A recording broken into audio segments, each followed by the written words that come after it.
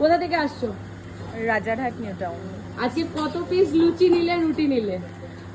লুচি নিলাম 800 পিস আর রুটি নিয়েছি 200 পিস। বিজনেস নাকি বাড়িতে খাওয়ার না জন্য? না, বিজনেস। বিজনেসের জন্য। আচ্ছা, কোথায় বিজনেসটা আছে? অ্যাবাউট তোমার বিজনেস আমাদের একটু বলো, আমার দর্শকদের একটু বলো। আমাদের বিজনেস হচ্ছে রাজারহাট নিউ টাউনেই। ওখানে হচ্ছে আমি একটা ক্যান্টিন চালাই, ইন্ডিয়ান ফোর্স একাডেমি। তা ওখানকার ছেলে মেয়েরা সবাই আমার কাছে খায়, তাদের জন্য। খুব ভালো। তোমাকে দেখে আমার আরো দিদি বোনেরা যেন আরো ইন্সপায়ার্ড হয় যে এভাবেও ব্যবসা করা যায়।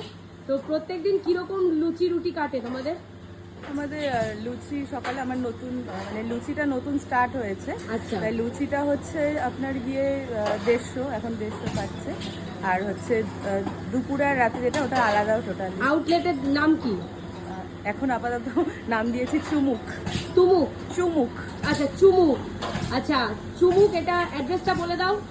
Rajarhat near lotus hospital, Raigachhi শেষ। আচ্ছা, আমাদের উপমাস কিচেনের লুচি রুটি পরোটা কচুরি যদি পেতে হয় তাহলে রাজারহাট চুমুক ক্যাফে, এই দিদির ক্যাফে অবশ্যই গিয়ে একবার টেস্ট করে আসবেন। দিদি সুন্দর সুন্দর তরকারি দিয়ে আমাদের উপমাস কিচেনের লুচি কচুরি আপনাদের সঙ্গে শেয়ার করবে। আর রাজারহাটের আশেপাশে যারা রয়েছেন তারা অবশ্যই দিদির কাছে যাবেন এবং দিদিকে সাপোর্ট করবেন। Thank you.